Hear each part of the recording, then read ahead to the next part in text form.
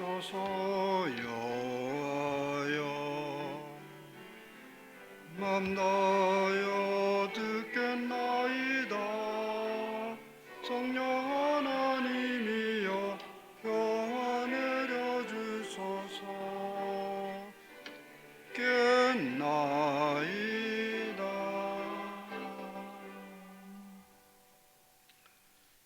제가 종종 듣는데요, 우리 찬양하는 이 그룹이 좀 더 젊어졌으면 좋겠다, 젊은 사람 참여해달라, 이런 소리를 들었는데요, 오늘 젊어졌네요. 그런데 더 젊어지기를 이제 원하시면요, 됐습니다. 아주 원숙한 목소리 참 아름답습니다. 꾀꼬리 같은 목소리도 있지만 아주 원숙한 목소리도 있습니다. 감사합니다. 오늘 말씀 시편 42편 요한복음 7장 말씀, 여러분들이 아주 익숙한 말씀입니다. 여기에서 여러분 반복적으로 읽으면 턱 다가오는 말씀이, 누구든지 목마르거든 내게로 와라. 이것이 금방 다가올 것입니다. 누구든지 목마르면 내게로 오라. 이 말씀을 제가 이렇게 묵상하면서 턱 떠오르는 이미지가, 우리가 빅 스포츠 게임 할 때 탁 튀어나오는 그 광고가 떠올라요. 아마 이번 월드컵에서도 그 광고가 있는지 모르겠는데, 하여튼 전에 자주 봤어요. 코카콜라, 병이 두께가 뻥 터지면서 그 시원한 물기가 쫙 퍼져나오면서 이제 한 잔 마시고 싶다 충동이 일어나는, 실제 그러하다요. 제가 들어보니까 그 광고가 쫙 나간 동안에 코카콜라 매상이 쫙 치솟는데요. 여러분, 오늘 예수님께서 이 말씀을 하셨는데요, 누구든지 목마르거든 내게로 오라. 그날도 이것이 그 주변에 있는 청중들이 굉장히 자극적으로 들렸던 것 같습니다. 이제 그 배경과 과정을 좀 살펴보면서 오늘 정말 내가 목마른가 한번 여러분들이 확인해 보시길 바랍니다. 이 말씀의 배경은 이렇습니다. 오늘 말씀을 보니까 명절 끝날에라는 그 말이 나오는데, 그것에 주목해 볼 필요가 있습니다.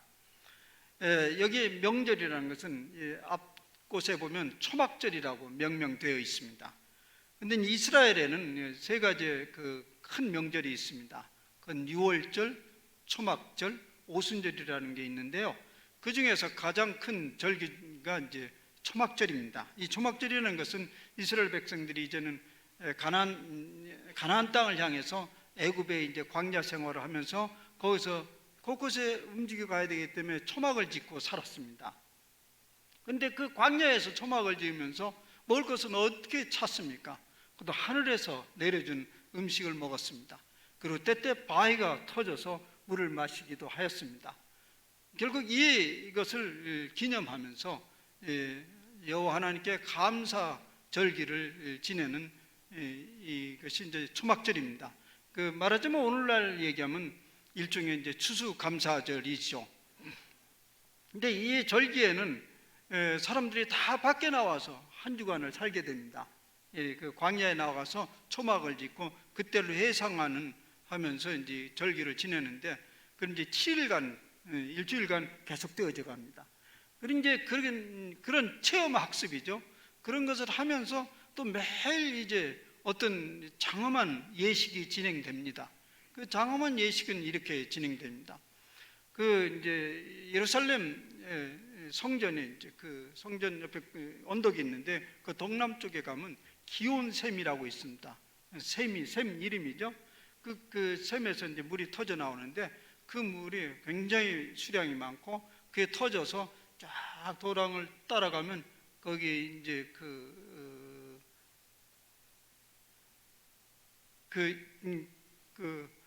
호수 이름이 뭐죠? 실로암. 그 실로암 못을 이루마치 물이 아주 많이 터지는 곳입니다. 성지순례 가본 분들은 그 기온샘으로부터 실로암까지 터널이 지금 되어 있습니다. 이렇게 한 20분 터널을 쫙 가면 그 신라 못이 나오는데요. 뭐 그렇게 큰 못은 아니지만 물은 상당히 흐르는 곳입니다. 이제 거기에 이제 제사장이 그 기온샘에 이제 금으로 된 병을 가지고 그 기온샘에 가서 거기서 물을 뜹니다. 그리고 그 물을 떠서 이제 다시 예루살렘의 성전으로 올라갑니다. 그리고 그 뒤에는 이제 예루살렘 그 제사장을 따라서 수많은 이제 그 청중들이 행렬을 하게 됩니다. 그 사람들은 그 행렬을 할 때 종려자무 가지를 가지고 막 흔들면서 할렐루야 하면서 여호와 하나님을 찬양하면서 쫓게 됩니다. 근데 그 행렬 가운데서 이제 그 찬양하면서 쭉 이제 행렬을 이제 어디까지 가냐면 예루살렘의 성전까지 올라가게 됩니다. 올라가서 거기에 단에다가 그 물을 붓습니다. 그러니까 그 물을 보면서 이제 생명수라는 것을 경험하게 됩니다.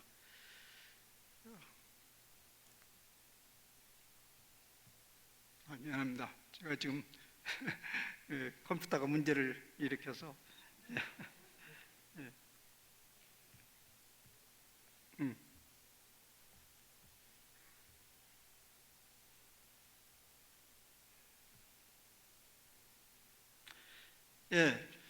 미안합니다. 이제 이런 이제 장엄한 행렬이 지나가면서 마지막 끝이 왔습니다. 끝날에, 초막절 끝날에 예수님께서 외쳤습니다. 누구든지 목마르거든 내게로 와서 마시라. 나를 믿는 자는 성경의 이름과 같이 그 배에서 생수의 강이 흘러나리라. 여기에 성경의 이름과 같이 생수의 강이 흘러나리라는 말은 역시 예수님께서는 구약의 말씀을 기억해서 그 말씀을 하신 것이죠. 스가랴서 14장 8절, 9절, 16절의 말씀입니다. 그날의 생수가 예루살렘에서 솟아나서 절반은 동해로 절반은 서해로 흐를 것이다. 여름에도 겨울에도 그러하리라. 예루살렘을 치러 왔던 이방 나라들 중에 남은 자가 해마다 올라와서 그 왕 만군의 여호와께 경배하며 초막절을 지킬 것이라. 이 말씀은 어떤 의미냐면 그 예루살렘 성전이 그것이 이제 모든 만민에게 생명수를 공급해 주는 원천이라는 말이죠. 여기에는 이 스가랴서에는 유대 사람뿐만 아니라 이방 사람들도 여기서 흘러나오는 생명수를 공급받게 될 것이다. 이 말을 예수님께서 기억하시면서 이런 선언을 하는 것입니다. 이제 예루살렘의 성전이 아니라 바로 내가 바로 그 샘물의 원천이 된다. 생수의 원천이다. 이것을 이제 선포한 것입니다. 그런데 왜 이런 자신의 정체성을 이 명절 끝날에 했을까요? 예수님께서 이제 복음서에 보면 여러 차례 당신이 누구인가를 선포를 합니다. 가끔 선포를 하는데 그때 기회를 탑니다. 이게 적합한 기회를 타는데요. 바로 예수님은 바로 이 시기를 잡은 것입니다. 그게 그 성전 그 명절 끝날에 한 이유는 이렇습니다. 결국 이 마지막 날에 이 그동안에 진행되어 갔던 이 장엄한 이 명절 행사에 대한 총평을 말한 것입니다. 총평. 말하자면 이 7일 동안 예수님께서 이 명절에 참여하면서 그것을 지켜보면서 경험한 것입니다. 이 초막절 행사에 대해서 예수님은 식상함을 느꼈습니다. 그 절기의 외형적인 장엄함과 그 절기에 참여한 사람들의 내면의 상태는 완전히 동떨어진 것입니다. 생수의 근원을 찾아 떠나는 목마름의 축제와는 달리 그들의 내면은 전혀 목마름이 없었던 것입니다. 변화나 내적 자각이 없이 그저 외형적인 장엄함이 무슨 의미가 있다는 말입니까? 그들이 이 장엄한 행사가 끝난 후에 일상으로 돌아가면 아무 일도 없었던 듯이 옛 모습으로 그대로 돌아가면서 반복적인 그런 장엄한 종교예식이 무슨 의미가 있다는 말입니까? 그래서 성경은 이렇게 기록하고 있습니다. 그 상황을 아마 이제 이렇게 묘사하고 있죠. 예수님께서 서서 외쳤다 이런 얘기였어요. 서서 외쳤다. 조용히 앉아서 내가 생수다, 목마른 자 내게 와라, 조용히 얘기한 것이 아니라 공개적으로 강렬하게 외쳤습니다. 말하자면 이 7일가의 장엄하고 열정적으로 진행되었던 이 축제 행사에 대해서 비판적인 얘기를 이렇게 간접적으로 한 것입니다. 이 장엄한 예배는 무효다. 다시 시작하라. 어떻게 해요? 누구든지 목마르거든 내게로 와서 마시라. 나를 믿는 자는 성경의 이름과 같이 그 배에서 생수의 강이 흘러나오리라. 심령의 목마름을 촉구한 말씀입니다. 내게로 오라. 이 외형적인 장소인 예루살렘이 아니라 마음의 중심으로 나오라. 이런 외침입니다. 이 외침으로 인해서 큰 논란이 벌어졌습니다. 이 자극적인 이 얘기가 주변의 사람들에게 논란을 일으켰습니다. 도대체 이 사람이 누구인가? 누가 감히 이런 당돌한 얘기를 하는 것인가? 그 와중에 어떤 사람은 그가 참 선지자다 주장하는 사람이 있었습니다. 왜 그가 참 선지자라는 근거를 제시했을까요? 이것은 이렇습니다. 모세가요 광야에서 바위를 쳐서 물을 터지게 하였습니다. 근데 이가 정말 자기로부터 생수의 강을 흘러내리라 한다고 한다면 그가 선지자 아니겠는가? 한번 믿어보자. 이런 주장으로 그는 천 선지자라고 외쳤던 것 같습니다. 근데 다른 한쪽 사람은 달랐습니다. 말도 안 되는 소리. 갈릴리라? 거기서 선지자 나온다고? 그 촌동네에서 천민들이 모이는 그곳에서 그런 인물이 나온다니 성경에 어디 그런 언급이 있는가? 말도 안 되는 소리지 라는 주장이 한쪽에 있었습니다. 이런 논란의 중심에 두 종류의 사람이 나타납니다. 과연 그가 선지자다라는 입장을 지지하는 사람은 니고데모라는 사람이 있었습니다.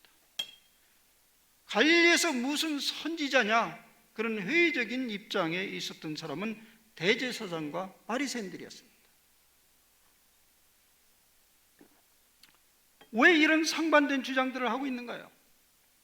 대제사장과 바리새인들은 출신 지역이 인물됨을 결정한다고 믿었습니다.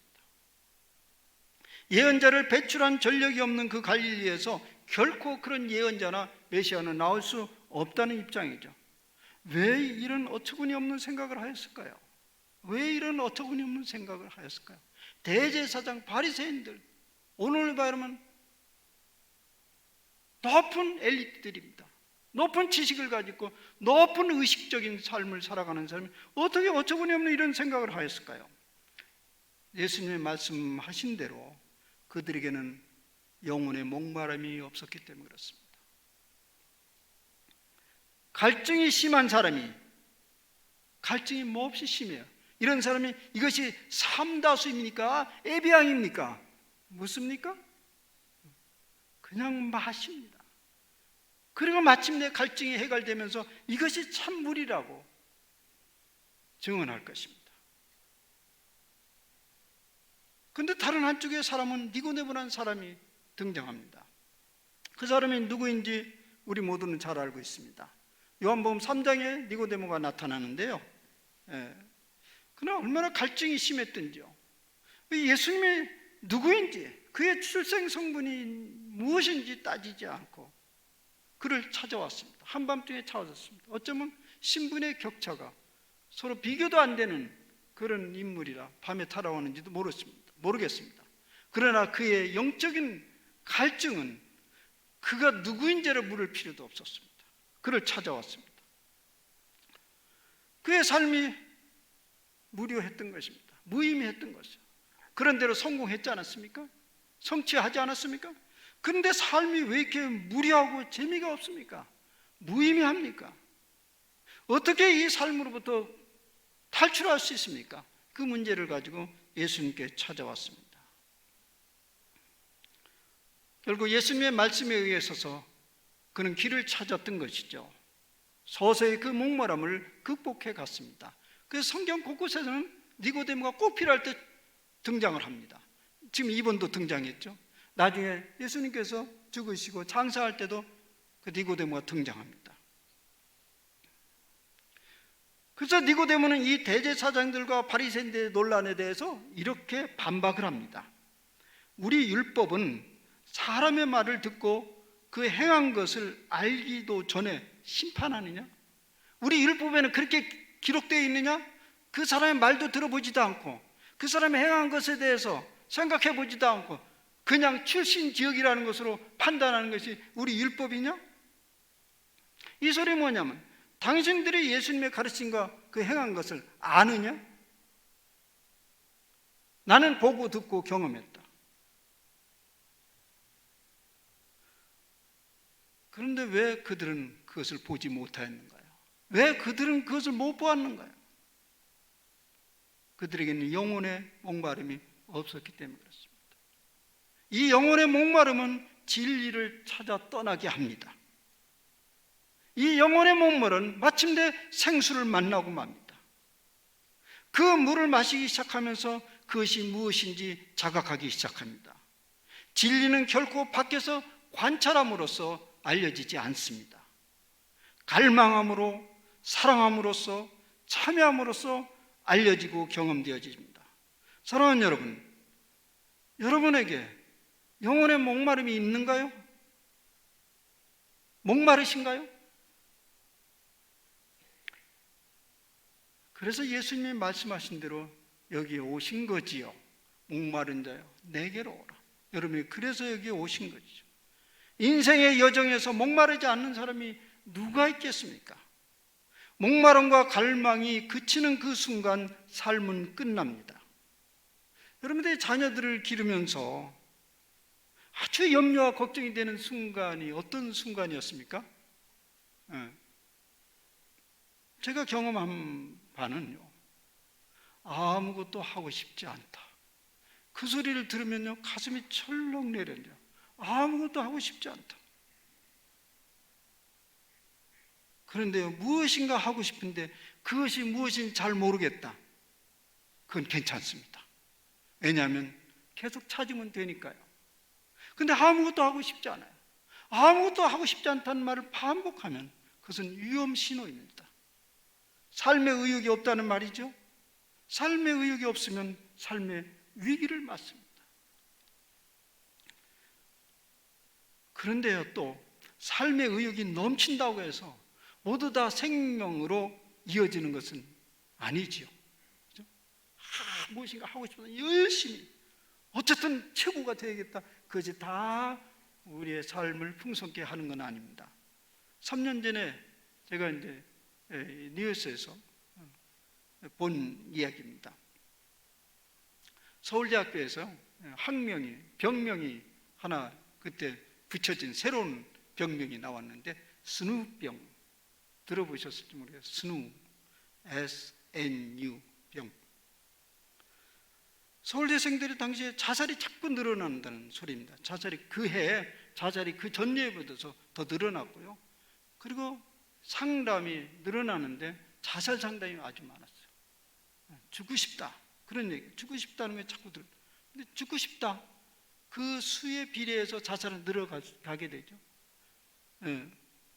그런데 왜 그런 것이 늘어나는가 분석에 의하면 이유인즉 최고가 되어야 한다는 강박증과 과도한 스트레스에 시달려 마침내 그것을 피하고 싶다는 그런 욕망으로 자살을 선택한다는 것입니다.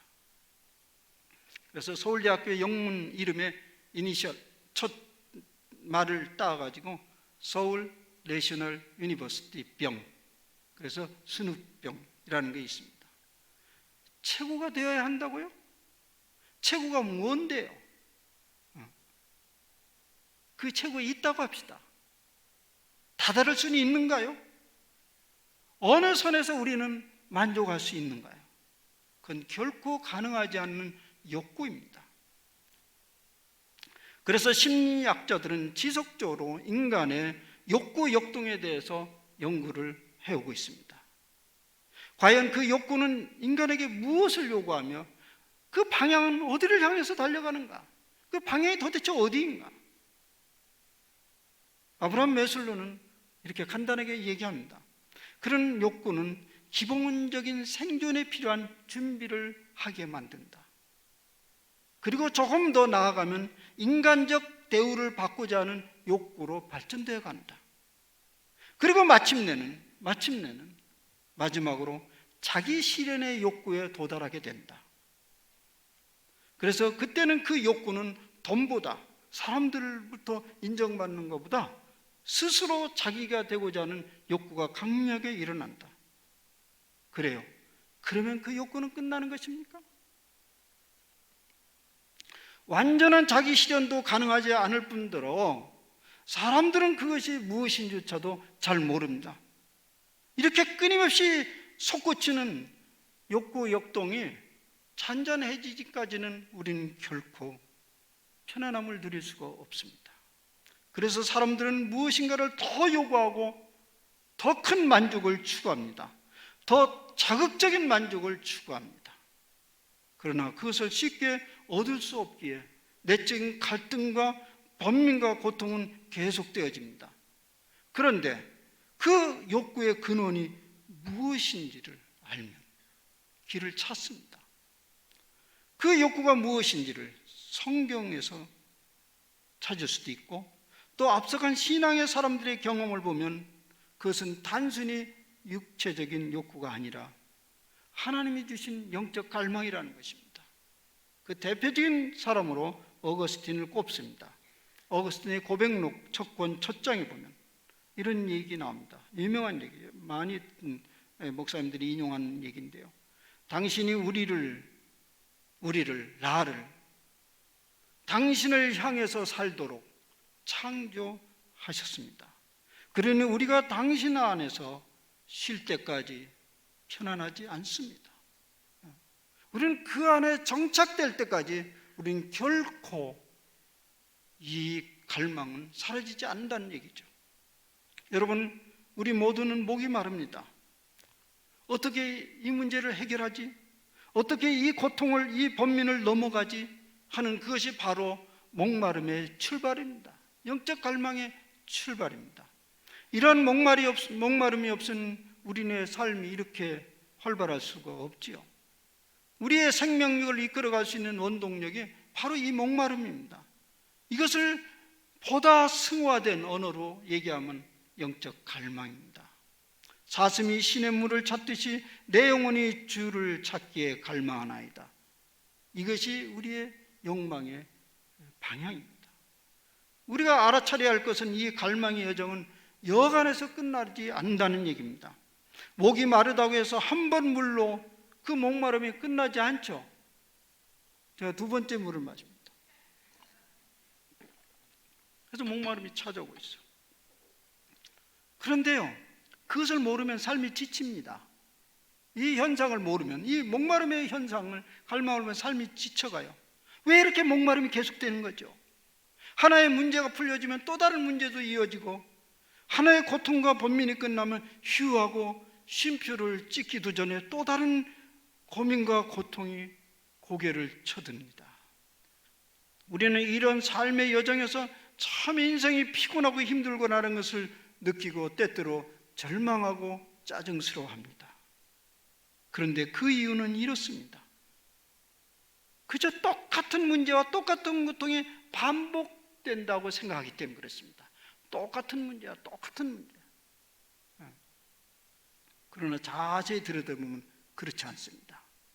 그 일상의 목마름은 궁극적인 갈망을 향해서, 궁극적인 갈망을 해서 한 걸음 한 걸음 움켜져 가고 있습니다.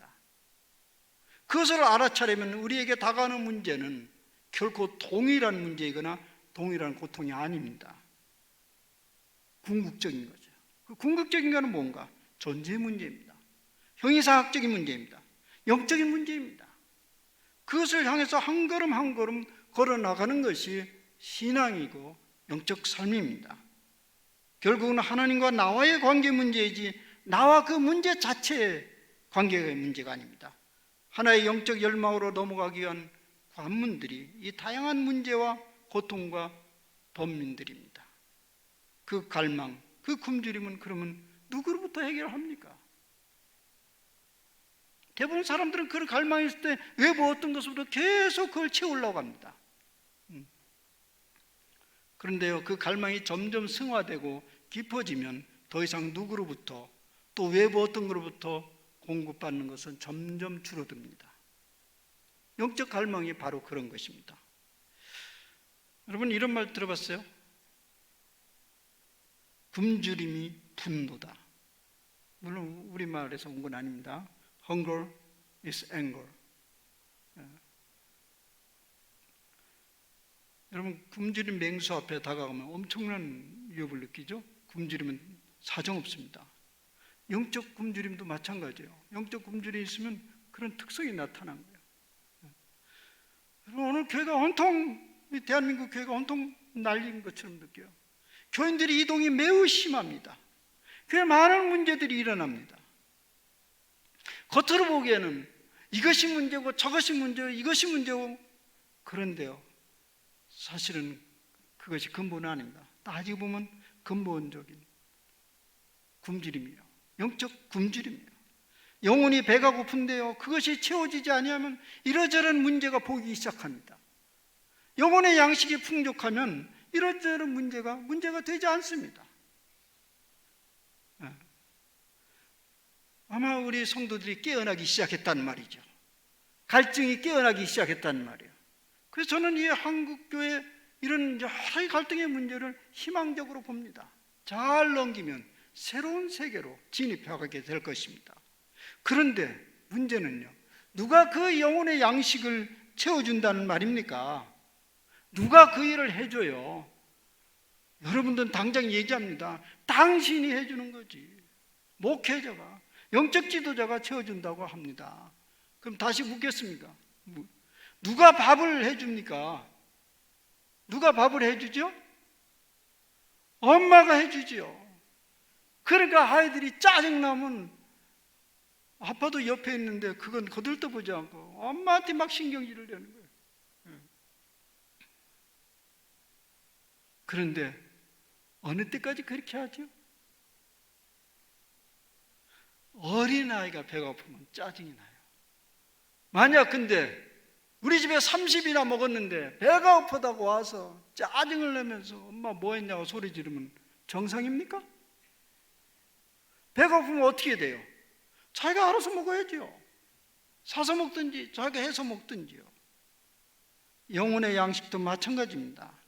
영적 지도자가 공급해 주는 데는 한계가 있습니다. 그것은 동기부여는 해줄 수 있을지도 근본적으로 배부르게 해줄 수는 없습니다. 이렇게 비유할 수 있을까요? 우리 교회 주일학교가 있어요. 주일학교 아이들은요, 영적 배가 작아요. 그러니까 주일학교 선생님이 이렇게 가르쳐주면 그걸로 배가 불러요. 됐어요. 그런데 여러분들은 배가 아주 커졌어요. 그리고 취향도 매우 다양해졌어요. 그러니까 어느 한 사람이 그것을 만족시켜 줄 수가 없습니다. 그러므로 이제 다른 대안을 찾아야 됩니다. 자가 발전을 해야 한다는 말이죠. 그 배에서 생수의 강이 터져 나오도록 해야 된단 말입니다. 성경은 말합니다. 주야로 말씀을 묵상하는 것, 그것이 바로 그것이라고 말합니다. 이제 스스로 말씀을 입에 넣어 꼭꼭 되새기면서 자기 취향에 맞도록 먹어야 됩니다. 주일날 말씀을 들으면 그 말씀을 꼭꼭 더 씹어서 자기 취향에 맞도록 만들어 먹어야 됩니다. 그런 훈련을 통해서 자가 발전을 하게 되고 그것이 우리의 목마름을 해결해 주는 것입니다. 그래서 오늘 말씀은 이렇게 기록되어 있지 않습니다. 목마른 자들아 다 교회로 와라. 다 목사님에게로 와라. 그리고 마셔라. 그런데 여러분들은 여기 왔어요. 우리가 일주일에 한 번 이 영의 양식을 먹고 우리가 해결을 기대하는 것은 어리석은 일입니다. 늘 생수를 마셔야 됩니다. 그래서 오늘 말씀은 예수님께서 그렇게 선포한 것입니다. 나를 믿는 자는 성경의 이름과 같이 그 배에서 생수의 강이 흘러나오리라. 나를 믿는 자는 성경의 이름과 같이 그 배에서 생수의 강이 흘러나오리라. 이것이 바로 예수 믿는 것이고 그 영혼이 소생하는 길이라는 것이에요. 여러분 한번 상상해 보세요. 물이 아주 풍부한 밭을 상상해 보세요. 거기에는 굉장히 풍성한 열매들이 또 굉장히 왕성한 푸성기들이 생동하게 자라는 것을 보게 될 것입니다. 왜 우리는 예수를 믿습니까? 그 생수를 늘 공급받아서 생동력 있는 삶을 누리기 위한 것입니다. 그것이 무엇인지 성경은 이렇게 설명해 주고 있습니다. 이는 믿는 자들이 받을 성령을 가리킴이라. 성령을 얘기하고 있습니다. 이 성령 얘기는 이런 것입니다. 예수님께서 이 땅에, 여기 성경에는 어떻게 되어 있냐면 아직 그 일이 안 이루어졌다고 말하고 있습니다. 근데 우리는 그 일이 이루어진 세대에 살고 있습니다. 예수님께서 이 땅에 육으로 살다가 그가 승천하시면서 약속하신 성령을 우리에게 보여주셨습니다. 그래서 마침내 그 성령 예수님은 우리 영혼 가운데 좌정하고 계십니다. 그것을 말하는 것이다. 이 얘기에 성경은 그것을 말합니다. 그러면 그 안에서 좌정하신 그분으로부터 생수의 강이 흘러나기 시작한다는 것입니다. 이것이 바로 예수를 믿는다는 구체적인 이미지입니다. 즉 예수님께서 이제 멀리 계시지 아니하고 믿는 사람은 그와 함께 계신다는 것을 말하고 있습니다. 그런데요, 그것이 여러분들이 어떻게 그것을 그것이라고 말할 수 있는가요? 이것을 믿는 사람은요, 영혼의 갈망이 일어납니다. 갈증이 일어나요. 시편은 그 힌트를 말하고 있습니다. 복 있는 사람은 오직 여호와의 율법을 즐거워하며 그의 율법을 주야로 묵상하는 자도다. 이 얘기는 이렇게 해석할 수 있습니다. 예수님과 함께 계신다는 것을 믿는 사람은 말씀에 주목할 수밖에 없다는 얘기예요. 말씀에 주목하게 된다는 거예요. 그와 함께 하심을 확인하고 싶어 하기 때문에 그냥 늘 주님과 함께 계신다, 함께 계신다 그렇게 얘기하지만 어떻게라고 물으면, 당신이 그거 어떻게 경험했냐고 물으면 할 말이 없죠. 그걸 확인하고 싶은 거예요. 그래서 비로소 거기서부터 묵상의 삶이 시작됩니다. 이 묵상의 삶이라는 것은 모세골 사람들에게는 귀에 못이 박히도록 들었을 거예요. 묵상의 삶. 묵상이라는 것은 말씀 안에서 무엇을 쥐어 짜내는 그런 것이 아닙니다. 단지 주님이 나와 함께 계십니다라고 그것을 동의하고 믿으면 그것이 바로 말씀을 묵상하는 삶의 출발입니다. 그리고 그것을 확인하고 싶어서 말씀으로 들어갑니다. 이것이 말씀에 묵상하는 그 삶입니다. 묵상하는 삶이죠. 그런데 이제 이런 삶의 결과에 대해서 일찍이 경험담을 얘기한 사람이 있습니다. 16세기의 성녀인 아빌라 테레사라는 사람인데요. 이분의 말을 인용하는 것은 이분이 로마 가톨릭 성녀지만은 그 로마 가톨릭에서 선포를 했습니다. 이분은 기도의 박사다.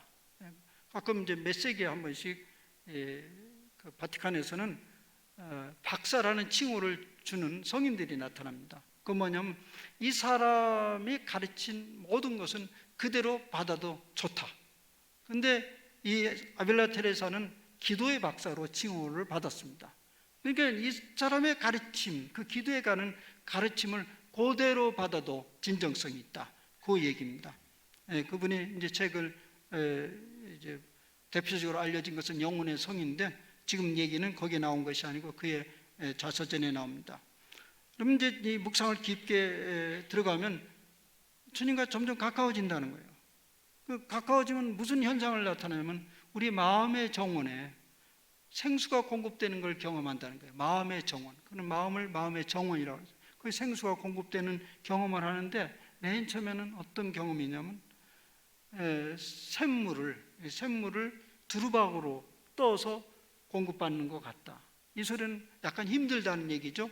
그 물을 공급받는데 그 다음은 도르래로 물을 이제 샘에서 끌어올리는 그런 경험입니다. 조금 더 쉬워진다는 얘기죠. 그 다음은 갯가에 물을 이게 도랑을 내서 공급하는 것 같다. 더 쉬워진다는 얘기죠. 그 다음은 마지막은 하늘에서 빗줄기를 통해서 공급받는 것처럼 우리 영혼이 풍성하게 된다. 이것은 그의 상징적인 의미뿐 아니라 그의 경험한 것을 이렇게 얘기하는 것입니다. 우리는 어떤 식으로든지 그것이 어렵든지 쉽든지 우리 마음의 정원에 생수를 공급해 넣어야 됩니다. 그러려면 주일날 여러분이 이곳에 들리는 말씀으로 충분하지 않습니다. 그것은 마중물로 삼아서 묵상의 삶으로 연결시켜야 됩니다. 점차적으로 생수의 강을 이룰 때까지 말입니다.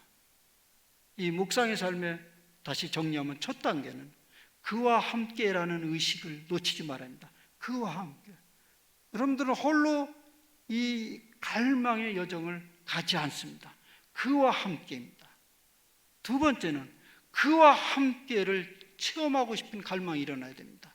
그것이 무엇인가? 거기서 비로소 기도와 성찰과 말씀 묵상이 일어납니다. 다시금 귀를 기울이시길 바랍니다. 목마른 자들아 다 내게로 오라. 그 배에서 생수의 강이 흘러나오리라. 제가 오늘 여기서 전한 이 말씀의 목표는 목말라야 된다 이런 얘기입니다.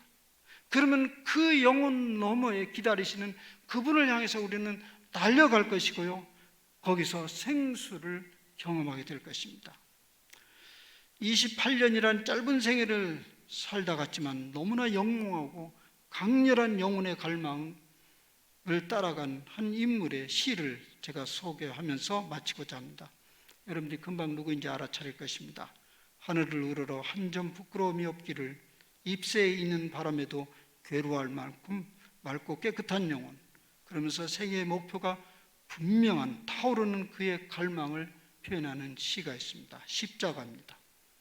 쫓아오던 햇빛인데 지금 교회당 꼭대기 십자가에 걸렸습니다. 첨탑이 저렇게도 높은데 어떻게 올라갈 수 있을까요? 종소리도 들려오지 않는데 휘파람이나 불며 서성거리다가 괴로웠던 사나이, 행복한 예수 그리스도에게처럼 십자가가 허락된다면 모가지를 들이우고 꽃처럼 피어나는 피를 어두워가는 하늘 밑에 조용히 흘리겠습니다. 기도합시다. 주님, 우리는 하고 싶은 일도 많습니다. 이루고 싶은 일도 많습니다. 또 많은 하고 싶은 일도 했습니다. 이루고 싶은 일들을 많이 이루었습니다. 그런데 우리의 욕구는, 갈망은 왜 끝나지 않는 것입니까? 주님, 오늘 말씀을 보니 방향을 잘못 잡은 것입니다. 우리의 내면의 욕구에 그 갈망은 이렇게 끝나지 않습니다. 이렇게 완성되지 않는 것을 오늘 말씀을 통해서 배웠습니다. 주님은 말씀하십니다. 누구든지 목마르거든 다 내게로 와라. 그리고 내 안에서 터져나온 생수의 강을 맛보라. 주님의 음성입니다. 주님, 오늘 목말라서 여기에 나왔습니다. 우리가 좀 근본적인 목마름의 출처를 깨우쳐 알게 하옵소서. 그리고 방향을 바로잡게 하옵소서. 그래서 마침내 내 속에서 생수의 강이 터져나오는 그런 경험을 하게 하옵소서. 우리 주 예수 그리스도의 이름으로 기도하옵나이다.